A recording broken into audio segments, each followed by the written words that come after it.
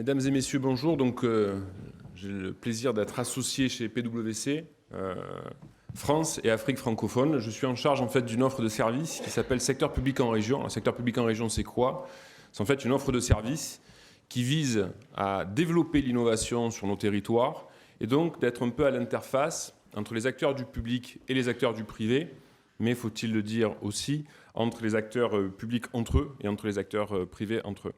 Alors, le président Lorendi, dans son intervention, a évoqué un certain nombre de points qui ont fait vraiment écho avec cette table ronde. Il a évoqué cette capacité que nous avons en France d'avoir des idées. Je fais partie de cette génération qui a été bercée par, en France, on n'a pas de pétrole, mais on a des idées. Alors, c'est bien d'avoir des idées. Après, il faut oser les mettre en œuvre. Et un point surtout très, très important qui a été souligné par le président, c'est que c'est bien de les mettre en œuvre, mais à partir du moment où on a l'ensemble des acteurs qui se réunissent et qui se mettent en ordre de bataille pour arriver justement à développer l'innovation, à développer les territoires et à développer les entreprises. Aujourd'hui, travailler sur les fondamentaux des entreprises, que ce soit l'ouverture à l'international, que ce soit le financier, les RH, la stratégie, c'est bien, il faut continuer.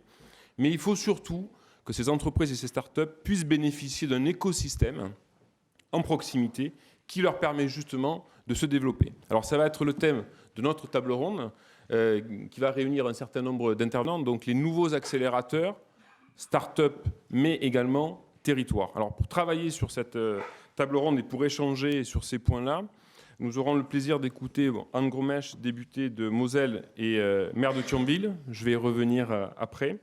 Olivier Becht, maire de Rixheim, que j'invite à venir nous rejoindre en tribune, et premier vice-président de Mulhouse Alsace Agglomération. Paul-François Fournier, que j'invite également à nous rejoindre, directeur exécutif innovation et membre du comité exécutif de BPI France. Et donc Bernard, qui est déjà en tribune. Bernard, qui est là à deux titres. Le premier, c'est vice-président du pôle Finance Innovation, président de la filière des métiers du chiffre et du conseil, et président de PwC France et Afrique francophone. Alors, la première personne que j'ai citée, Anne Gromesch, a malheureusement dû faire face à une modification de son emploi du temps, mais elle tenait vraiment à être présente et je tiens à remercier Guy qui est dans la salle, qui est là-bas. Donc Guy qui a eu le rôle très difficile de faire l'interface et de pouvoir monter en fait une vidéo, puisqu'il était très important pour Anne Gromesch d'être présente avec nous aujourd'hui. Donc si on peut lancer la vidéo, s'il vous plaît. Je tiens tout d'abord à remercier, à m'excuser auprès de Joëlle Durieux, la directrice générale du pôle innovation, Finance Innovation, et Bernard Guénier, le président de PwC France, de ne pouvoir me joindre à vous comme c'était prévu initialement, mais à l'heure où je vous parle, je suis en réunion avec le sous-préfet, le procureur, le commissaire pour définir les actions qui vont être mises en place dans le cadre de l'état d'urgence sur la ville de Thionville. Donc je regrette vraiment de ne pouvoir être avec vous aujourd'hui. Quelle est votre expérience du label French Tech décroché en juin dernier? Alors c'est évidemment une énorme fierté pour la Lorraine et puis surtout une fierté parce que nous avons su unir 4 agglomérations, Épinal, Nancy, Metz et Thionville, qui malgré des divergences politiques ont su s'unir et se battre ensemble pendant 2 ans pour l'obtention de ce label qui a été annoncé par la ministre Axelle Lemaire aux États-Unis le 25 juin dernier. Alors le label French Tech, c'est quoi? On parle d'entreprises numériques, c'est en Lorraine déjà 2000 entreprises, 5000 emplois dans le domaine de la silver economy, dans le domaine de la sécurité des systèmes d'information, dans le film d'animation. Et demain, ils seront 10 000, c'est notre objectif bien entendu. Alors notre projet, il prévoit l'accélération des startups, de 100 startups en 3 ans, une augmentation de 100% des deal flow en 3 ans, et puis 100% des levées de fonds de plus d'1 million d'euros sur la même période. Donc le label French Tech, c'est pas une fin en soi, c'est le début de quelque chose. Et ce début, nous l'avons inscrit avec cet objectif que je viens de vous définir.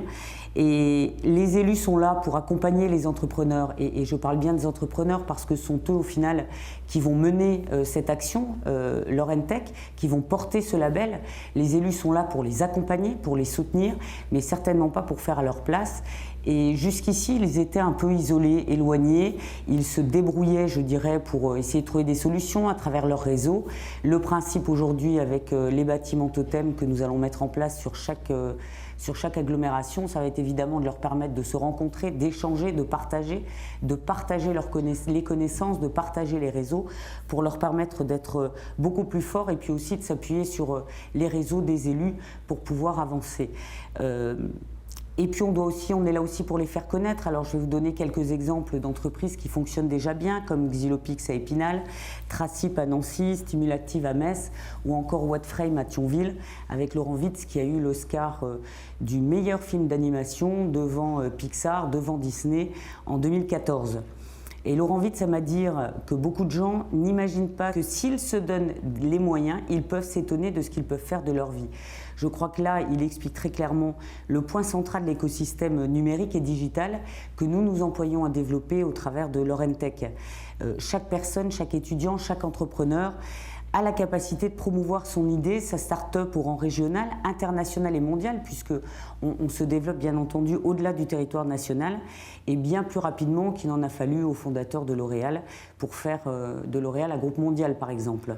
Alors évidemment on connaît le taux de succès n'est pas de 100% pour les start-up, mais en même temps est-ce qu'on peut réussir si on n'ose pas? Je crois que le sujet c'est d'oser, de donner sa chance d'accompagner chaque projet.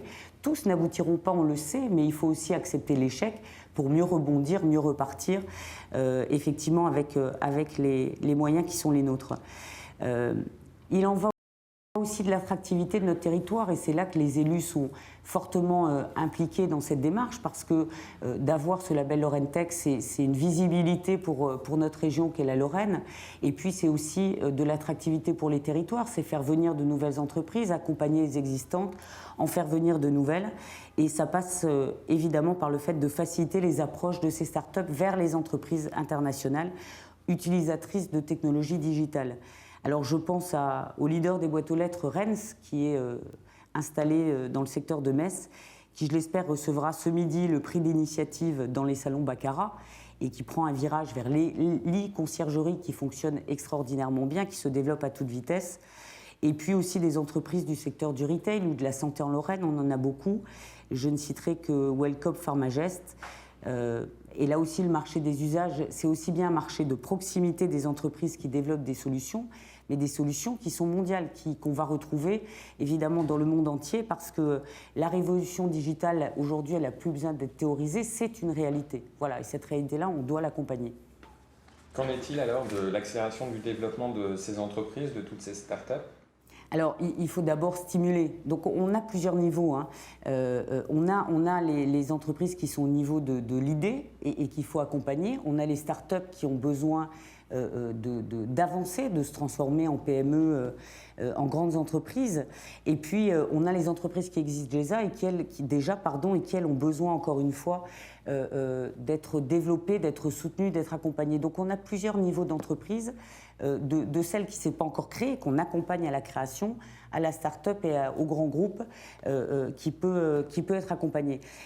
Stimuler les idées, les initiatives, on va prendre l'exemple du lauréat de Nancy. Là aussi, c'est une extraordinaire capacité de Mines Télécom Nancy, du PIL à Metz, qui ont cette capacité à stimuler les énergies.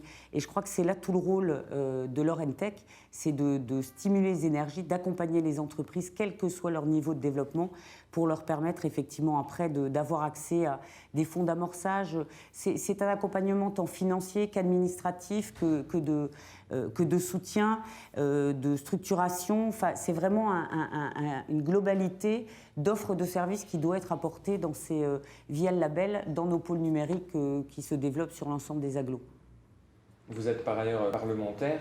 Quelle est votre vision sur tous ces sujets en tant que député ? Alors, on a le fameux projet de loi Noé, nouvelles opportunités économiques qui devrait arriver à l'Assemblée nationale début 2016, porté par le ministre de l'économie. Alors, j'attends évidemment, avant de me prononcer, de voir ce qu'il y aura réellement dans cette loi. Ce qui est certain, c'est qu'on a besoin de renforcer l'attractivité de notre économie. Ça, c'est une réalité. Et le point de vue est simple, et je crois que PwC l'a très bien expliqué, ça a été repris dans les Échos samedi dernier, sous le titre « Malgré le CICE, l'attractivité fiscale de la France s'améliore peu ».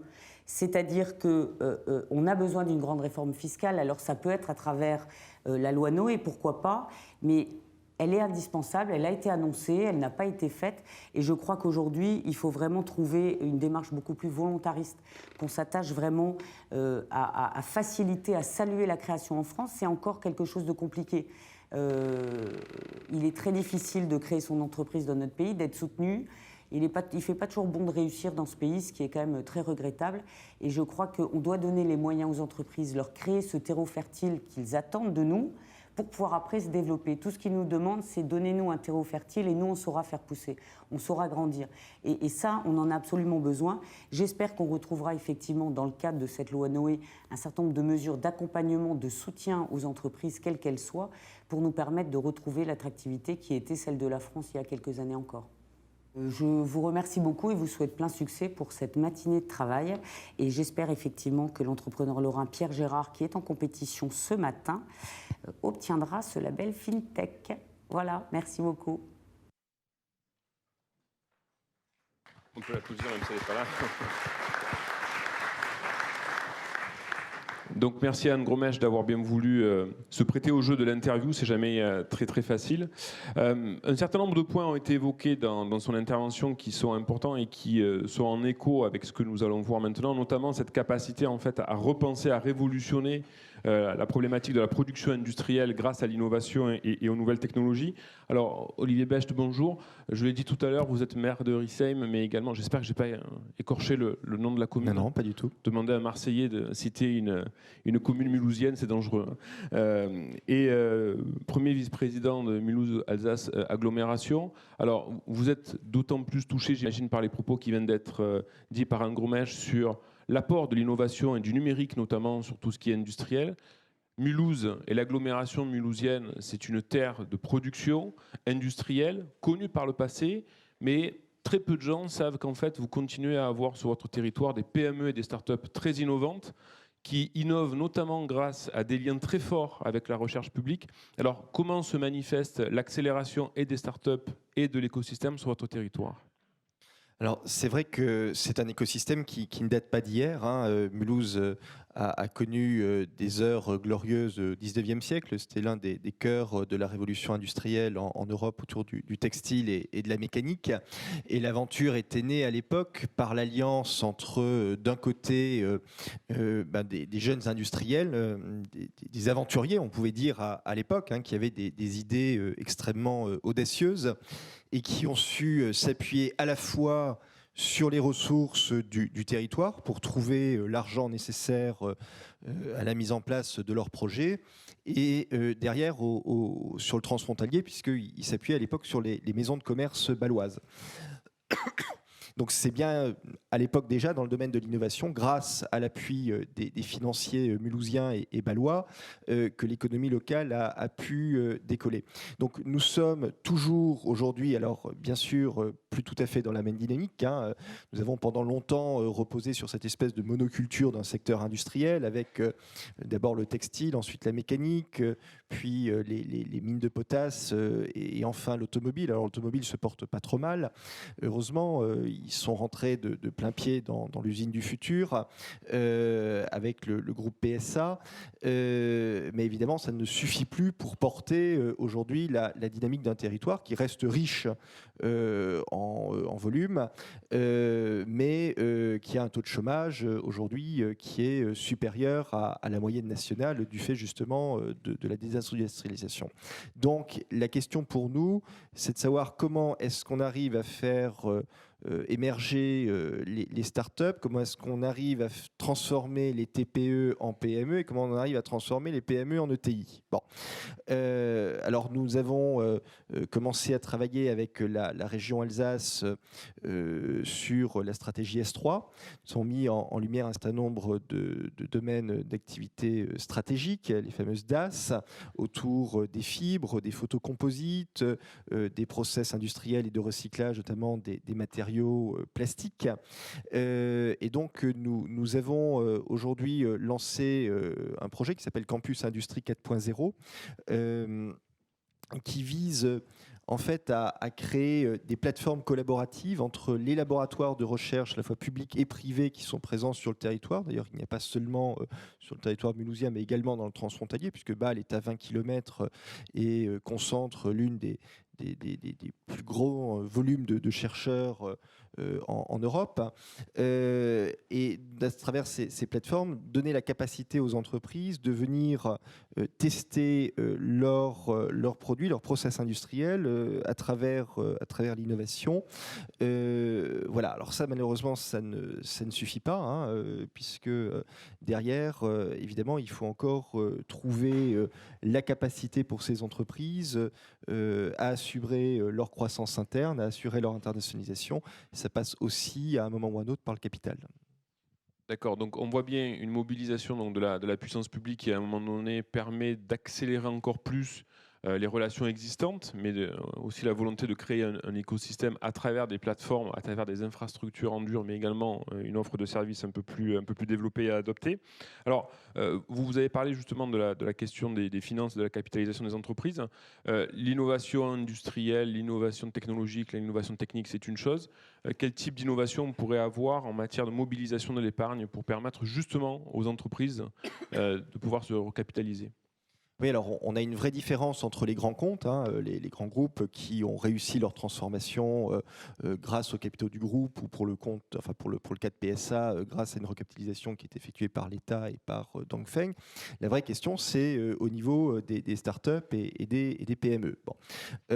Alors force est de constater qu'on a beaucoup d'outils au niveau local et au niveau national, à travers des fonds spéciaux comme Alsace Croissance, Alsace Innovation, la SODIV, bien sûr au niveau national la BPI, hein, qui offre des sommes tout à fait considérables. Mais force est de constater aussi, et surtout quand on est dans le cadre transfrontalier, c'est-à-dire quand on est à 20 km de l'Allemagne, 20 km de la Suisse, qu'on a quand même encore un déficit important de capitalisation dans les TPE, dans les PME. Bon. Et ce déficit de capitalisation sur les hauts de bilan, on a énormément de mal à le rattraper parce que la structure, enfin le modèle français ne répond pas justement à ce besoin. Nos voisins sont sur des modèles de capitaux parfois familiaux, hein, qui sont, je ne vais pas dire multiséculaires, mais quasiment. Alors la réflexion que nous avons aujourd'hui, c'est de savoir comment mobiliser l'épargne populaire. Parce que force est de constater aussi, enfin quand vous êtes maire, moi je suis maire d'une commune de 14 000 habitants, il m'arrive de temps à autre d'aller à l'Assemblée générale d'une banque locale, un grand groupe mutualiste, je ne donnerai pas de nom pour ne pas faire de publicité, mais vous voyez à peu près de qui il peut s'agir. Et c'est le genre d'Assemblée générale où en fait la salle est pleine, tout le monde vient pour une loterie et puis pour le buffet après. Peu de personnes regardent les slides derrière. Mais quand on est attentif sur les slides, on se rend compte que les dépôts, le montant des dépôts sur une caisse locale excède 300 millions d'euros pour une ville de 14 000 habitants. 300 millions d'euros. Bon. Alors, vous multipliez ça finalement au niveau régional, au niveau national, vous vous rendez compte que le stock d'épargne, ce n'est que représentatif du stock d'épargne français qui est supérieur à 4 000 milliards d'euros. Bon, 4 000 milliards d'euros. Et donc la question pour nous aujourd'hui, c'est comment est-ce qu'on fait pour que ces fonds, qui sont la plupart sur des livrets A, des livrets bleus, etc., qui ne rapportent aujourd'hui plus rien, puissent être investis directement dans le capital des entreprises. Je ne parle pas de tous ces fonds, mais je parle d'une partie des fonds.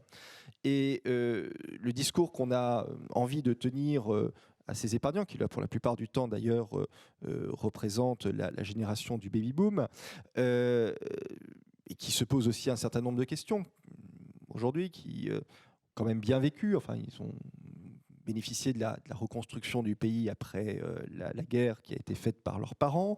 Ils ont vécu les 30 Glorieuses, le plein emploi, ils ont fait 68. Quand la croissance s'est arrêtée en 75, ils ont continué à vivre finançant le différentiel par rapport aux ressources sur le déficit. Et aujourd'hui, il lègue à la génération future, enfin la génération qui vient, 2000 milliards d'euros de dette à rembourser, un modèle économique à réinventer et une planète à dépolluer. Bon.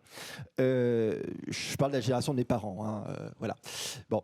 Et la génération de mes parents se pose, on a ce type de discussion, se pose quand même un certain nombre de questions aujourd'hui en disant comment est-ce qu'on peut faire pour aider justement cette génération qui vient à s'en sortir. Bon.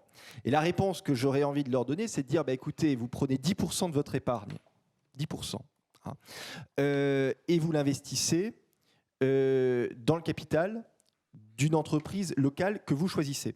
Alors, on n'est pas dans le système classique de bourse au niveau national ou d'OPCVM, etc. On est, à mon sens, davantage dans le système soit des PEA, PME, ETI locales, soit, le cas échéant, dans le système de bourse locale qui n'existe pas mais qui serait peut-être réinventé. Hein. C'est aussi ce qui a fait, quelque part, la force de la révolution industrielle à l'époque, et notamment celle du Grand Est de la France. Donc, notre réflexion aujourd'hui, c'est comment faire pour inciter les épargnants et comment faire pour trouver les outils également avec les avantages fiscaux à la clé qui existent déjà un peu sur les PEA, PME, ETI, mais qui pourraient être renforcés notamment sur des questions d'exonération de droits de succession pour le capital investi dans la durée. Comment faire pour amener cette épargne locale dans le capital des entreprises, sachant, enfin on pourrait multiplier les exemples aussi hein, de jeunes entreprises, de jeunes start-up qui sont nées sur le territoire de Mulhouse, qui ont réussi, j'en ai une là qui vient, qui a inventé il y a quelques années un process, ils ont réussi à trouver, ils l'ont fait breveter au niveau international, la capacité de réparer les cœurs nécrosés après infarctus à partir de cellules souches. Bon. Ce qui permet de réparer quasiment le cœur et de rallonger de manière considérable les capacités de survie après un infarctus du myocarde. Bon. On a réussi, grâce à la PPI d'ailleurs, mais à tous les talents du territoire, à lever pour la phase de test et de capacité ensuite de pré-industrialisation du process sur un marché qui porte à peu près sur 1 milliard d'euros, on a réussi à lever 19 millions d'euros en 3 ans, ce qui est une somme au niveau local pour une agglomération comme Mulhouse tout à fait considérable. Bon. Simplement, la même start-up, quand elle va présenter son projet aux États-Unis ou à 20 km de là en Suisse, ce qu'on met sur la table pour les aider, c'est 100 millions. Voilà. C'est 100 millions. Et donc, la question qu'on se pose aujourd'hui, c'est comment est-ce qu'on fait on sait que les outils, à la fois locaux et même nationaux, n'arriveront pas à mettre ces 100 millions.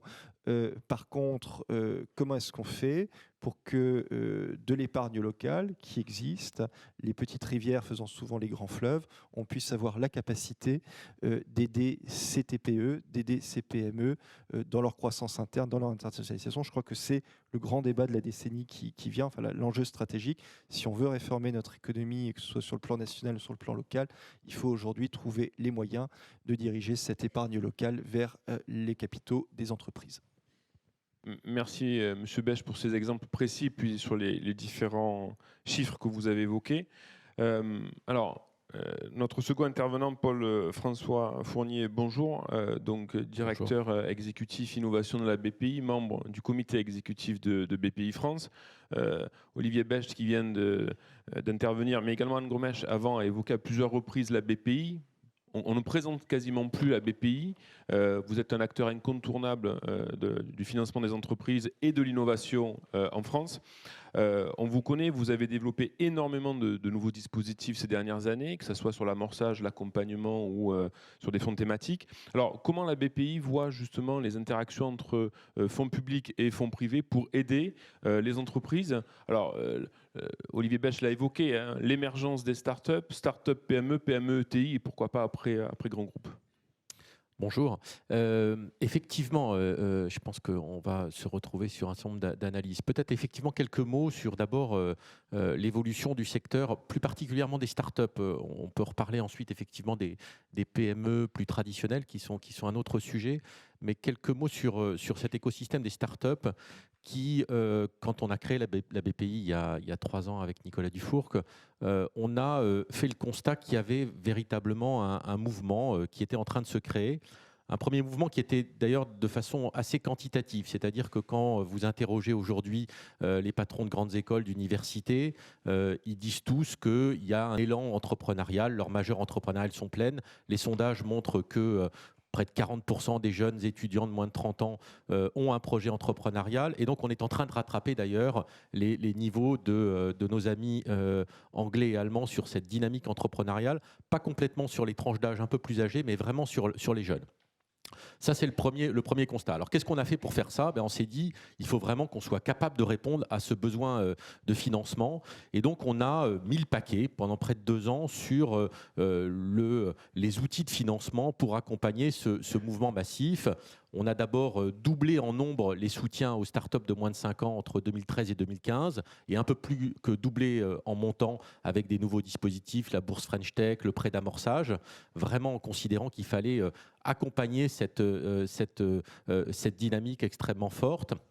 On a mis en place près de 25 fonds d'amorçage, dont une partie importante au niveau régional, qui sont des fonds qui n'existaient pas il y a encore 5 ans et qui sont aujourd'hui assez primordiaux et majeurs dans l'écosystème. Il faut qu'ils investissent plus, c'est d'ailleurs le message qu'on leur fait passer. C'est pas encore assez dynamique, mais l'argent est là et ça commence à porter ses fruits. Et puis on a de nouveaux dispositifs qui apparaissent, qui sont là d'ailleurs au-delà de la BPI, le crowdfunding qui a doublé depuis l'année dernière et qui commence à devenir là aussi de nouveaux outils pour trouver des fonds. Donc tout ça pour répondre à cette première dynamique qui est il faut répondre à ces besoins de début de dynamique et ça commence à marcher. Les chiffres, encore une fois, sont là. En 2015, le premier semestre, les startups ont levé autant d'argent que dans tout 2014. Donc on voit que l'argent commence à arriver pour répondre à ce mouvement de fonds. Et puis le deuxième problématique qui reste et qu'il faut traiter, c'est effectivement un retard français sur la capacité à faire des gros tickets. C'est vrai qu'à un moment, on le voit en particulier aux États-Unis, mais on le voit aussi en Angleterre, il y a une capacité à mettre des sommes qui sont 50, 100, parfois 200 millions d'euros. Et ça, culturellement, on n'avait pas les outils en France pour être capable de répondre à ce type de besoin. Alors, on s'appuie pour ça, évidemment, on s'appuyait sur des fonds anglo-saxons qui venaient parfois en France, mais ça restait relativement anecdotique et ça conduisait parfois avec ce sentiment de frustration qu'on faisait croître une boîte et puis qu'au bout d'un moment, on n'avait pas les fonds pour y aller ou qu'elle était obligée parfois de partir à l'étranger pour le faire. Donc là-dessus, on est en train de faire évoluer les choses, je crois. Ça prend forcément un peu de temps, mais c'est en train de bouger. D'abord, dès la création de BPI France, on a mis en place un fonds Large Venture de 600 millions d'euros pour faire des tickets de plus de 10 millions d'euros. Dernier investissement la semaine dernière dans Parrot, où on a pris 5% du capital de Parrot au moment d'une levée de fonds de 300 millions d'euros pour en faire un leader mondial d'un secteur absolument stratégique qui est les drones. Et il y en a comme ça beaucoup d'autres, Sigfox et autres. Et puis surtout, on a poussé les fonds français à aller, en tout cas les plus solides d'entre eux, à aller dans ce secteur qu'on appelle le secteur du growth, qui est cette capacité, encore une fois, à faire des gros tickets. Donc on a participé à la levée de fonds de Partech Venture, qui est un fonds de 250 millions d'euros pour faire des gros tickets. Et on a maintenant un deal flow important de fonds que l'on veut financer, qui doivent chercher, et ça sera mon point suivant, des fonds privés pour être capable de lever ces sommes qui sont des gros fonds, qui seront d'ailleurs probablement pan-européens, parce que le deal flow pour ces gros tickets, il n'est pas non plus uniquement français. Et je pense que c'est notre intérêt que l'industrie du capital risque française devienne pan-européenne, parce que c'est aussi sur cette échelle que l'on réussira à avoir des écosystèmes comparables à ceux des États-Unis. Mais c'est en train de bouger. Quelques chiffres peut-être pour vous montrer la dynamique. 2013, il y avait eu tout secteur, depuis la bourse jusqu'au fonds privé, 18 levées de plus de 15 millions d'euros. On en est à 36 en 2015, donc doublement là encore en 2 ans. En 2013, ces levées de plus de 15 millions d'euros représentaient à peu près 650 millions d'euros. Elles représentent à date plus de 2 milliards, donc quasi quadruplement des montants levés dans ces grosses levées. Et les levées de plus de 100 millions d'euros, il y en avait une en 2013, elle s'appelait Criteo, et on s'en rappelle, elle est en train d'ailleurs de continuer à croître. On en est maintenant déjà à 6 levées de plus de 100 millions d'euros, la dernière étant Criteo. On a revu Blablacar, on a vu, et il y en a, je peux vous le dire, beaucoup d'autres qui sont en train d'arriver. Donc ça, c'est en train de changer, mais évidemment, il faut aller plus loin. Alors comment il faut pour aller plus loin? Eh bien, pour tout vous dire, nous, on pense à Bpifrance que la puissance publique au sens large, je n'ai pas cité les programmes d'investissement d'avenir qui sont des sources de financement extrêmement importants, on a fait le job. On a mis des paquets d'argent sur ce financement, sur les fonds d'amorçage, sur les startups, mais il faut que maintenant le secteur privé prenne le relais parce que notre problème très concret, c'est quand on va voir les fonds, ils passent 18 à 24 mois pour lever leurs fonds alors que nous, on est prêt à se committer sur ce sujet.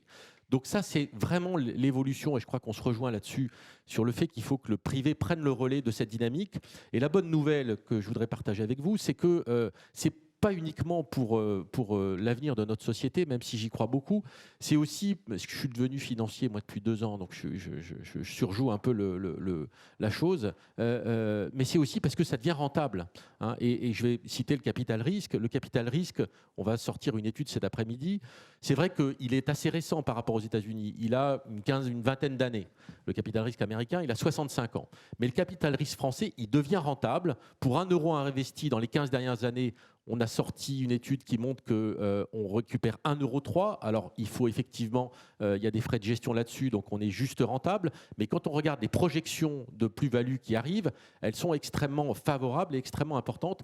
Donc, c'est le moment pour investir dans ces secteurs parce que le secteur est mature, les entrepreneurs sont de plus en plus compétents, on a une vision de plus en plus internationale. Il y a vraiment une croissance de l'écosystème. Il faut vraiment accompagner ce mouvement, c'est très important.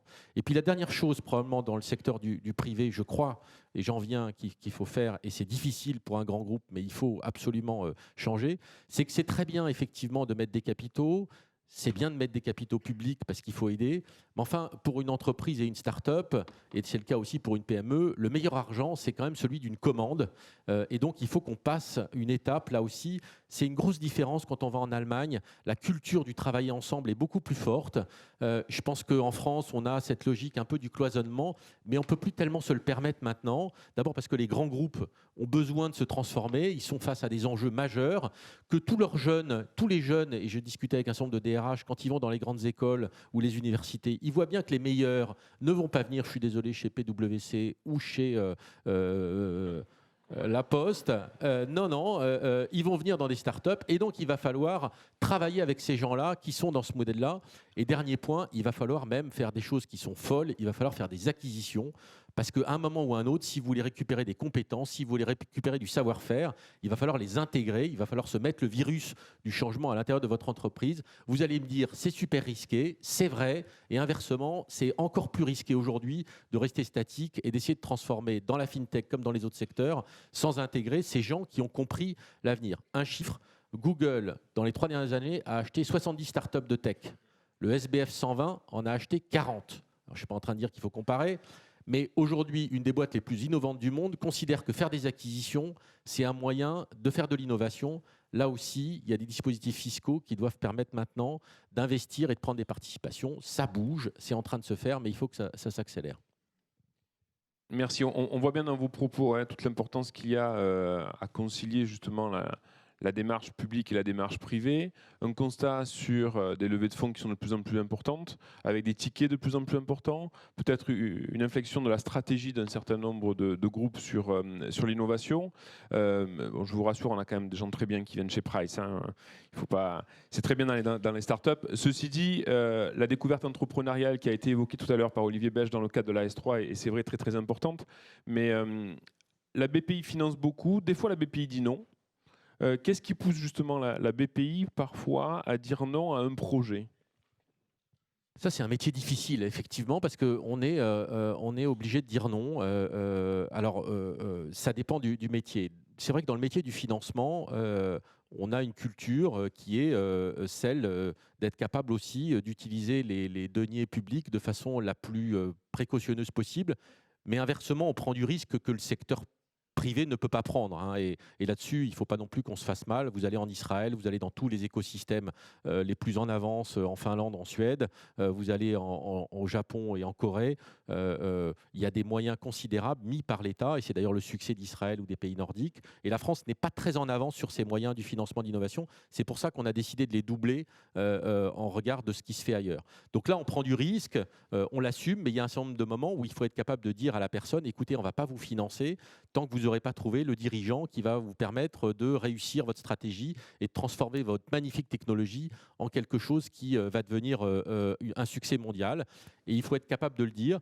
Et puis, et pour ça, on est en train de se faire aider aussi, pour être honnête avec vous, dans la réflexion de BPI France, dans un alignement de plus en plus, et ça a été au cœur de notre stratégie, de plus en plus important entre les fonds qui sont des fonds privés auxquels on investit, nous, BPI France, et les soutiens à l'innovation. On a formé tous nos chargés d'affaires au métier du capital risque, parce qu'on a des investisseurs chez nous. On leur a expliqué ce qu'attendaient les gens du capital risque. On leur a dit comment il fallait investir. On a fait des produits de financement qui co-interviennent au moment du capital risque. Pourquoi ? Parce qu'il faut que notre chaîne de financement elle soit la plus cohérente possible entre les gens qui, au début, vont accompagner les boîtes, et moi on les objective même maintenant de cette façon-là, en disant vous êtes là pour créer un deal flow, pour créer des boîtes qui puissent être finançables. Donc notre sujet, c'est comment on prend du risque en amont, mais du risque qui est le plus conscientisé possible pour que ça crée des boîtes qui puissent ensuite servir et être, entre guillemets, investies par des investisseurs. Parce que sinon, notre risque principal, c'est effectivement de faire plein de boîtes et puis ensuite qu'elles n'aient pas la génétique pour réussir. Et ça, ce n'est pas ce qu'on veut. Donc voilà, bon, je vais vous dire, pour une bourse French Tech de 30 000 € au début d'un étudiant qui veut s'acheter 3 PC et 2 chaises, on est moins regardant que quand on fait un prêt innovation de 3 millions d'euros pour une belle boîte qui doit partir à l'international. Ça, c'est toute cette culture progressive qu'on essaye d'acquérir, qui est la somme d'un savoir-faire qui évidemment est un facteur humain majeur et donc on essaye de s'améliorer. Comme toute structure bancaire ou de réseau, on a des endroits où ça marche mieux ou moins bien, mais on essaye de cultiver cette culture qui doit être aussi dans l'accompagnement, c'est-à-dire notre sujet, c'est quand même quand on dit non, d'essayer d'expliquer pourquoi, et c'est pas facile devant un dirigeant qui évidemment est impliqué, a mis toutes ses économies, toute sa vie. Savoir dire non, c'est aussi savoir faire un peu de pédagogie. Je peux vous dire que c'est un sujet sur lequel on a encore beaucoup d'efforts et de progrès à faire, bien sûr. Il semblerait que savoir dire non, c'est de la stratégie. Hein. Donc, stratégie de BPI de dire non et surtout stratégie de BPI de s'aligner en fait sur l'évolution des besoins. Merci Monsieur Fournier pour cette présentation. Bernard Guigné, donc vice-président du pôle Finance Innovation, en charge, enfin président de la partie métier du chiffre et du conseil, président de PwC France et Afrique francophone. Quelle est la vision justement de PwC sur l'accélération des startups et des territoires en général et par rapport à ce qui vient d'être dit par les 3 personnes qui vous ont précédé? Fabien, merci. Je crois que d'abord, un premier point, ce que je vais juste redire ce qu'a dit Jean-Hervé tout à l'heure, c'est un formidable événement. Je pense que c'est pour les fintechs qui sont principalement encore, peut-être trop encore, dans la région parisienne, c'est important que, si on a voulu faire cette table ronde, c'est que tout le monde comprenne les enjeux du sujet qu'on a évoqué. Et on a vu qu'on est passé des sujets macro, comment je flèche de l'épargne, comment je finance, comment je crée un écosystème, à des sujets micro de type mes startups, elles ont des phases d'évolution, il faut qu'elles passent d'un stade à un autre, c'est pas les mêmes compétences, c'est pas les mêmes ressources humaines forcément, c'est une vision du monde, c'est une capacité à se projeter. Donc il y a tous ces sujets. Donc l'idée de cette table ronde, c'est surtout d'essayer de faire comprendre à tout le monde que notre constat, nous, PwC, par rapport à ça, c'est que il y a des choses dans ce pays qui ne sont pas forcément dites sur le fait qu'on a, d'ailleurs, ce mot a été cité tout à l'heure, un peu, il y a des silos, il y a un certain nombre de choses qui sont financées par divers moyens. Il y a beaucoup de choses, en fait, beaucoup d'énergie. Et notre constat par rapport à cette vision que nous avons de vouloir porter fortement ce que nous appelons les nouveaux accélérateurs dans les territoires, c'est quoi? C'est qu'en fait, il faut qu'on casse ces silos. L'innovation, c'est cette capacité à casser les silos. Les silos, ils sont quoi? Ils sont, je vais vous donner un exemple parce que Fabien l'a mené fortement en région PACA. On n'est pas dans les fintech, on est dans l'oncologie. Donc c'est une histoire simple.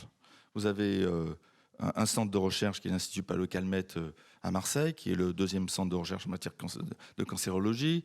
Vous avez des chercheurs, vous avez des étudiants, vous avez des start-up dans ce domaine dans la région PACA. Vous avez évidemment la région, vous avez une agence de l'innovation, vous avez des incubateurs, vous avez des grandes entreprises qui s'intéressent à ça, des grands pharma, etc. Ces personnes-là, il y a 2 ans, se parlaient pas forcément. La BPI était là aussi, et elle n'avait pas conscience d'ailleurs de la vision qu'avait l'Europe sur les financements européens. La première chose à faire, fondamentale, pour qu'on accélère ces startups et qu'on les fasse grandir, c'est qu'on ait une vision d'un écosystème. Pour ça, il faut aligner la gouvernance de tous les acteurs dans les territoires. Je crois que les acteurs publics, les acteurs privés, les grandes entreprises ont maintenant conscience de ça. Nous sommes porteurs de cette voix et on porte ça dans tous les territoires aujourd'hui avec Fabien. C'est de dire, mais bon sang, définissez une vue sur une filière bien déterminée. Donc dans l'oncologie, vous avez des spécialités. Donc il faut absolument avoir toute la chaîne de valeur qui soit positionnée dans un territoire. Donc il faut choisir ses combats. Et moi qui ai travaillé dans la Silicon Valley il y a maintenant plus de 10 ans, je peux vous dire que si la force aux États-Unis, dans la Silicon Valley ou ailleurs, ou à Boston ou ailleurs pour les fintech ou autres, c'est cette capacité à créer cet écosystème. Et donc je pense que ces acteurs doivent absolument réfléchir à la gouvernance qu'ils veulent mettre en œuvre et s'appuyer sur les compétences. C'est là où nous pensons pouvoir apporter quelque chose. C'est véritablement être... À partir du moment où nous, PwC, on nous dit, dans un cadre d'un partenariat public-privé, voilà l'objectif que vous avez. Vous allez pouvoir connecter les centres de recherche, les étudiants, la recherche, les docteurs sur l'oncologie, les instituts de recherche, l'ARS, et je vous donne l'exemple de ce qu'on a pu faire, trouver des terrains auprès des municipalités pour construire des soins de suite qui permettent d'accueillir les malades. Vous avez tout de suite créé un écosystème, vous allez attirer non seulement des startups françaises, mais des startups internationales qui vont venir sur le territoire parce qu'ils ont des chercheurs, des gens qui connaissent le métier et qui vont véritablement créer une énergie forte. Donc c'est ça que nous portons, c'est pour ça qu'on a voulu discuter de ce point, parce que même pour les fintech, et le pôle finance innovation pour moi est un ensemblier de cette vision pour les fintech à Paris et dans tous les territoires, c'est de créer cette dynamique, d'identifier filière par filière, comme on le fait dans le pôle finance innovation, comment on va mettre ensemble tous ces acteurs. Et donc, dans le cadre de l'oncologie tel que je le cite, à Marseille et dans la région PACA, ce qui a été fait, ce que nous avons fait, c'est que l'Institut Palau-Calmette disait « Moi, il me faut des soins de suite. Comment je fais ? J'ai pas les terrains, j'ai pas les lits. » Donc, nous sommes allés voir les municipalités, la grande métropole marseillaise. On a identifié des terrains qui étaient disponibles. On est allé voir l'ARS pour leur dire « Écoutez, vous êtes en train de fermer des lits. En fait, vous passez votre temps à fermer des lits. » Et là, en leur parlant du projet, ils ont dit « Mais non, finalement, on va ouvrir des lits sur Marseille. » Et on est en train de créer un écosystème. Nous avons eu la capacité de trouver un gestionnaire de ces soins de suite. Et tout ça fait l'écosystème. Et je pense qu'il faut être absolument conscient en matière de fintech, comme dans tout autre domaine, que c'est cette capacité à créer ces écosystèmes qui va faire la différence. Alors ça, c'est, je dirais, pour moi, le débat principal, c'est que ces financements, ces acteurs, est une vision. Donc, quelle filière on veut créer dans chaque territoire ? Et quand je dis filière, c'est pas simplement la fintech, c'est pas simplement la tech, c'est en fonction des forces et faiblesses d'un territoire, analyser fondamentalement quels sont les endroits où on a des faiblesses, quelles sont les forces, comment on met ensemble les acteurs et comment on leur fait porter une gouvernance ensemble dans un contexte où d'autres acteurs vont être capables de gérer ces projets, c'est-à-dire amener des startups internationales, donc avoir des réseaux qui permettent de les amener, trouver des financeurs de type fonds qui sont capables d'amener 100 millions de dollars sur la table s'il y a véritablement un problème d'effet de levier ou de démultiplication. Tout ça, c'est ce qui nous manque aujourd'hui. C'est ce que la BPI ou les politiques et les grandes administrations territoriales essayent de faire, sauf qu'elles ont parfois, encore à certains endroits, une vision par silo qu'il faut combattre. Et cette communauté des fintech qui qui elle aussi veut émerger dans la grande région parisienne et dans les territoires, a besoin de vraiment prendre conscience de ce point parce que c'est le point clé, à mon sens, pour les 10 années qui viennent. Et c'est ça que nous portons, nous, en tant que PWC, dans notre vision de résoudre, d'essayer d'aider à résoudre un certain nombre de grands problèmes en France et en créant de la confiance. Donc c'est ça, ces éléments-là, que moi, le message que je voulais faire passer. Après, il y a d'autres points que Jean-Hervé qui arrive est un fervent, il ressort peut-être, je ne sais pas, est un fervent, je dirais, avocat du sujet. Je viens sur le problème du financement. C'est comment je flèche le financement des particuliers vers ces zones. Il y a des problèmes macro, donc la réforme de la fiscalité. Je ne comprends pas toujours, alors que finalement on ne parle pas de centaines de milliards d'euros, hein. On parle de quelques dizaines de milliards qui pourraient être véritablement fléchés. Pour ça, il faut effectivement un système fiscal qui soit plus ouvert à ça et qui crée de la valeur pour les particuliers. Et je pense que la communauté FinTech doit réfléchir. Il y a le crowdfunding, il y a des outils qui commencent à émerger d'intermédiation et qui permettront, je pense, d'attirer les particuliers dès lors que le système fiscal leur permet d'avoir confiance. Donc l'État a un rôle à jouer, les politiques ont à pousser ça. Anne en a parlé tout à l'heure dans le cadre de la réforme fiscale. Il y a tous ces éléments qu'on voit,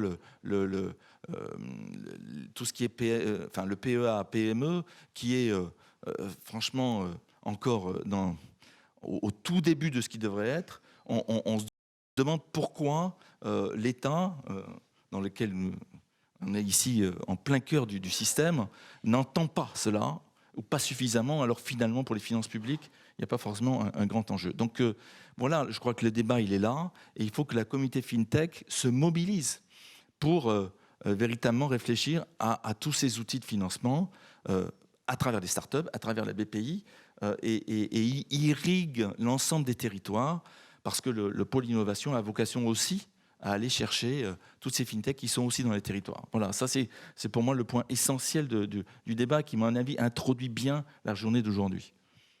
Merci. Alors, on a vu la position de PwC, a été également évoquée la position de la puissance publique au niveau national, mais également au niveau local.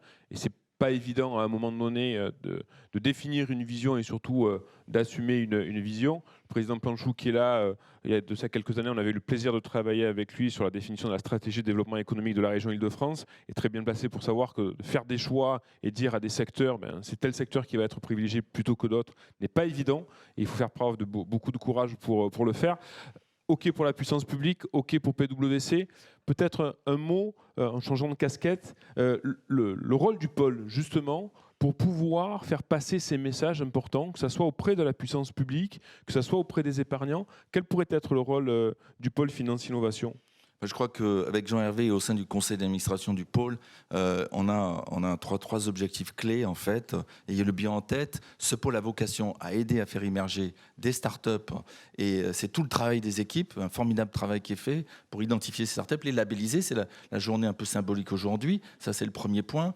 Le deuxième point, c'est réfléchir dans chaque filière, et on verra les filières du pôle, à quels sont les domaines d'innovation prioritaires. Donc, on rejoint ton point sur finalement, quels sont les choix à faire et comment on oriente la réflexion de tous ceux qui réfléchissent autour de ça sur quels sont les domaines d'innovation prioritaire dans les 5, 10, 15 ans qui viennent, parce que c'est important de flécher la réflexion là-dessus. Donc, ça donne lieu à des livres blancs qui ont commencé à émerger pour un certain nombre de filières et qui vont être continués. Et puis, le troisième point, c'est que ce pôle Finance Innovation a vocation à aller aider les territoires à faire en sorte que ces concepts financiers qui sont souvent mal compris dans les territoires.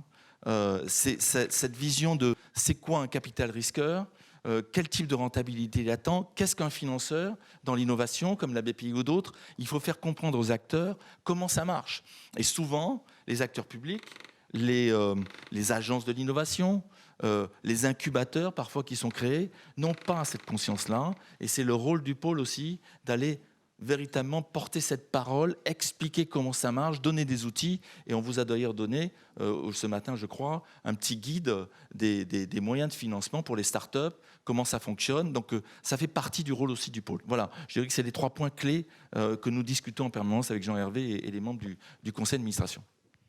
Merci. Donc, je ne vais pas me livrer à un exercice de synthèse des différents points qui ont été évoqués parce que c'est toujours un exercice qui est difficile, mais peut-être quelques idées un peu fortes qui ont émergé et qui ont été un peu en écho par rapport aux différentes interventions.